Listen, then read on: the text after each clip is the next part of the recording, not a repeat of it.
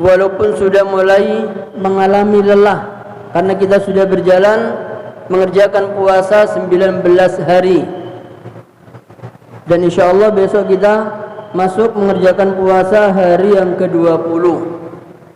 Tapi ma'asyiral muslimin, dengan lelahnya ini Allah subhanahu wa ta'ala masih memberikan iming-iming yang masih belum kita dapat. Allah berikan pahala yang besar, Allah berikan janji-janji yang besar di malam-malam atau di 10 malam terakhir. Maka mari ma'asyiral muslimin, kita manfaatkan 10 malam terakhir ini dengan sungguh-sungguh. Yang mungkin kita suara sudah habis, sudah lelah, baca Al-Quran sudah merasa suara habis mungkin, maka ini adalah waktu di mana Allah memberikan iming-iming lagi.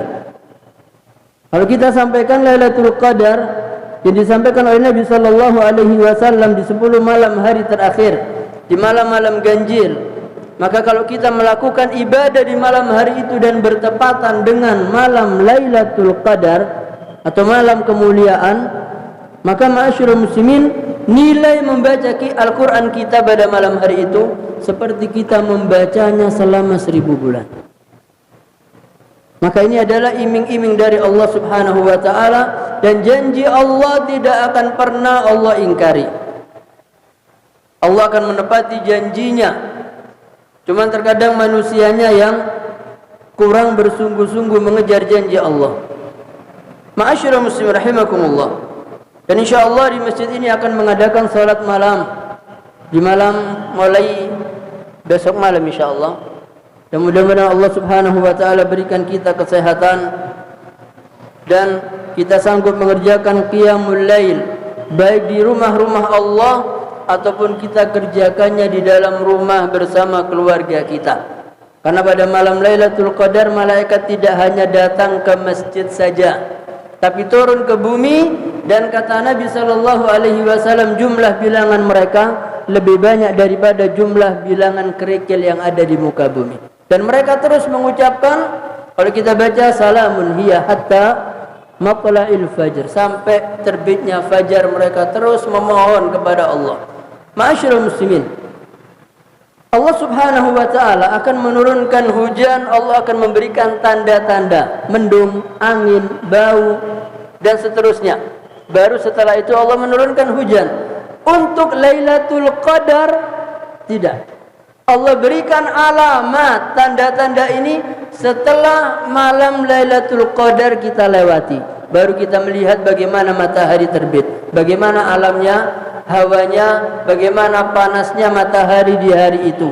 Setelah malam itu kita didatangi oleh malam Lailatul Qadar, sehingga orang yang pernah membaca kemudian melihat tanda-tandanya, ya Allah semalam Lailatul Qadar.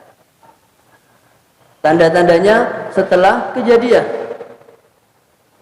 Maka ma'asyiral muslimin rahimakumullah, kita sudah lelah, kita merasakan mungkin gerah dan seterusnya, tapi kita perlu melihat, mengambil pelajaran ibrah dari saudara-saudara kita yang diceritakan oleh Syekh terhadap kepada muridnya, bahwasanya Syekh ini melihat dan beliau menceritakan bahwasanya di Madinah itu salat 10 malam terakhir itu ada 2 gelombang.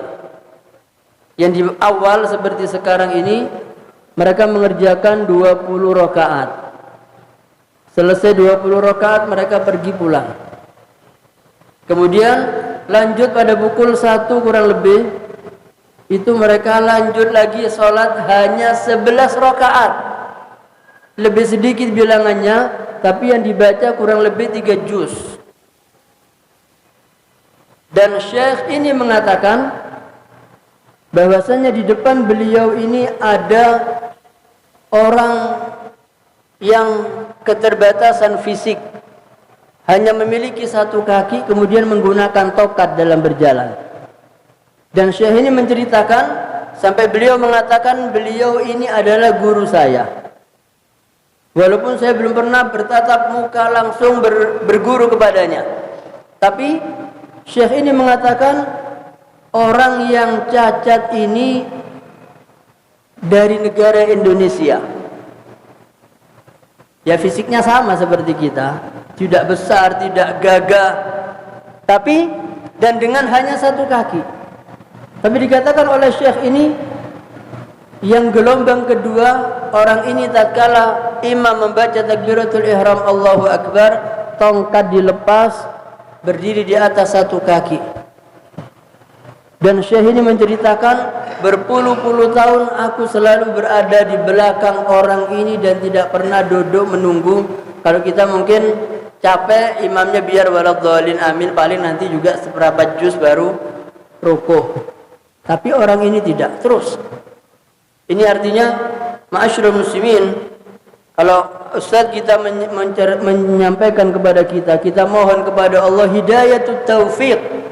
Hidayat taufik ini kita mohon kepada Allah, karena orang yang cacat ini secara fisik kita lebih kuat. Tapi untuk beribadah kepada Allah, taat kepada Allah, orang ini jauh lebih kuat dari kita. Karena keimanan kepada Allah.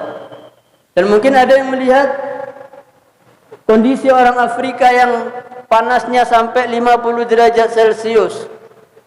Mereka sholat tidak ada kipas angin, tertutup, tanpa mic,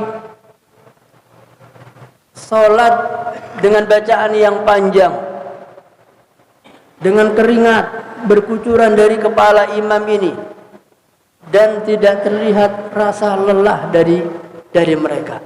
Maka ma'asyiral muslimin, kita sampaikan dua kisah ini supaya kita ma'asyiral muslimin ketika melihat imamnya panjang, kita tidak kecil hati. Cuma segitu. Orang yang cacat saja satu kaki bisa berdiri dengan satu kaki 3 jam, berpuluh-puluh tahun, tongkatnya diletakkan. Maka ini adalah hanya apa artinya?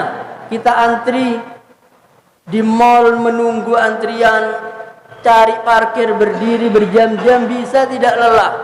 Akan perjalanan di luar kota nunggu bis 2 jam berdiri, tidak lelah. Salat 1 rakaat atau 1 salam 10 menit, imamnya lama sekali. Nah, maka ma'asyiral muslimin, ini adalah pelajaran bagi kita semua. Dan ada Syekh Hasan, beliau menceritakan tentang adab dalam berdoa kepada Allah. Diceritakan bahwasanya kita ini kepada Allah tidak punya adab. Tatkala kita ini dalam keadaan punya uang, punya sehat, kita ini tidak pernah memohon kepada Allah, lupa. Keluar kemana-mana.